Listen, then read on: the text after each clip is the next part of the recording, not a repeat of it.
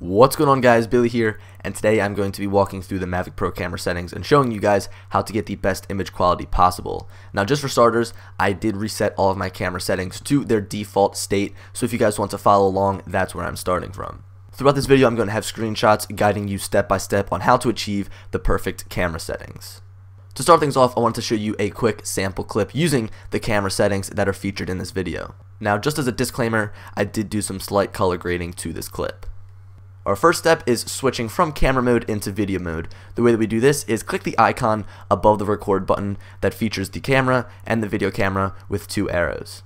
Now that we switched into recording mode, I wanted to point something out that is fairly important. If we look in the top right where that gray box is, we have some different values. The first is the ISO value, the second is the shutter speed, the next is the exposure value, and then we have the white balance. In the smaller gray box to the right, we have some different information about the SD card. This tells us the overall status as well as the remaining capacity. Moving forward, we're going to want to click the icon underneath of the record button with the three lines to further access our camera settings. Within our advanced camera settings, we have three different pages. The first page is going to be changed day by day depending on the weather outside, and the other two are going to be left the same for months on end. To start things off, we're going to move over to the camera icon, which is the second page of settings. We have the video size, the video format, NTSC/PAL, the white balance, the style, as well as the color.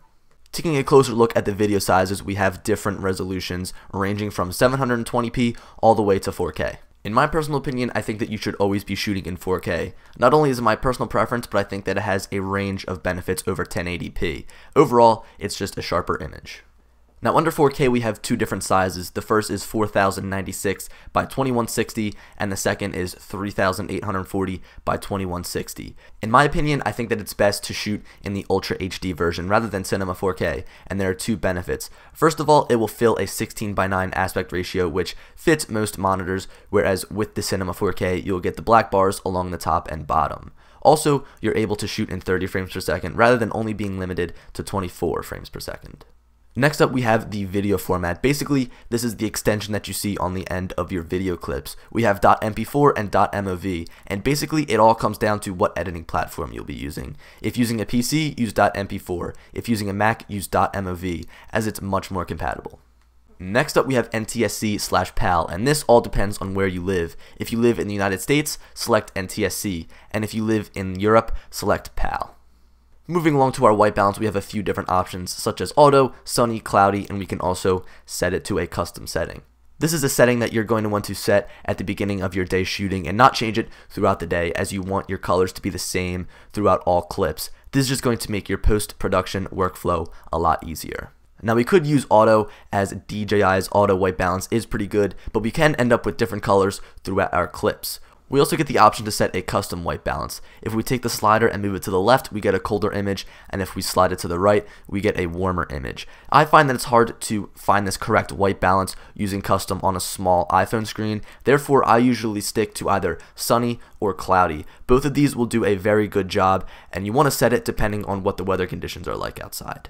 Next up, we have the style. The icons along the top from left to right mean sharpness, contrast, and saturation in that order. Now, in my opinion, I go with custom rather than using the standard landscape and soft preset. I set it to -1 for my sharpness, -1 for my contrast, and 0 for saturation. Now, this isn't too big of a deal, as most of this can be changed in post. There's a digital sharpness that can be added, and you can change the different levels of contrast and saturation. But for me, to record, I use the values of -1, -1, and 0. Next up, we have our color profiles. Now, these basically act like filters through Instagram or Photoshop, and we have plenty to choose from. Now, there are different ones such as Film A and Film B, and a lot of people also do like shooting in D-Log, but in my personal opinion, I think that you should stick with none, as this will be the easiest to edit in post. If you use something like Film B, that's almost like a black and white look, it's going to be really hard to change that in post-production, and you could end up hating it. Now that we're finished with the camera settings, let's move over to the third tab, which features the gear. This is some different miscellaneous camera settings. First, we're going to want to turn the histogram on. As you can see, we get this little box that pops up on the screen with those mountain looking things. Now, if you have the mountains more towards the right, this means that your shot is too white. And if you have the mountains more towards the left, this means that your shot is too dark. The perfect shot is going to be with mountains ranging more towards the middle. Basically, the histogram should give you an idea if your shot is overexposed or underexposed. Next up, you're going to want to turn the feature on that shuts off the LEDs when flying. This is important as you don't want the lights getting in your shots. Many of these other settings are specifically used for photography, so I'm going to simply skip over them. The next one that we have is the grid. We can choose from grid lines as well as grid lines plus diagonals. Now, in my opinion, there's already enough stuff going on the screen, so you shouldn't turn these on, but I do like to turn the grid lines on in the very beginning of my flight to make sure that the gimbal is centered. Moving along, we have our different center points, and this is all about personal preference. I typically like to use the bracket just to make sure that I can line my shots up. Next up, we have our anti-flicker tab, and this all, again, depends on where you live. We have auto, 50 Hz, and 60 Hz. If you live in Europe, you're going to want to choose 50 Hz, and in the United States, you're going to want to choose 60 Hz. I'd recommend not using auto as it can come out looking pretty terrible. Basically, what anti-flicker does is make sure that the fluorescent light bulbs in your shots don't flicker. Next up, we have the file index mode, and we can choose from reset and continuous.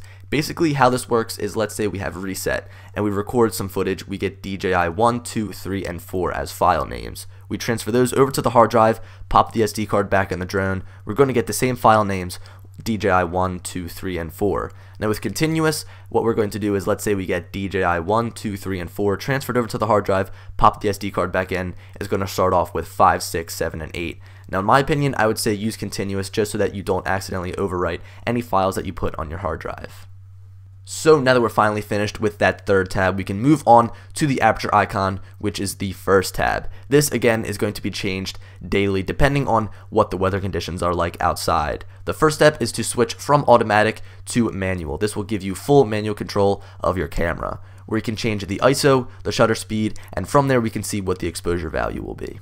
Starting off with our ISO, this is basically the camera's sensitivity to light. You're going to want to stay anywhere between 100 and 400, as if you go any higher, you're going to get a lot of noise in your image. I would suggest staying at 100 when it's bright outside, and if you're filming in the dark, moving up to 400.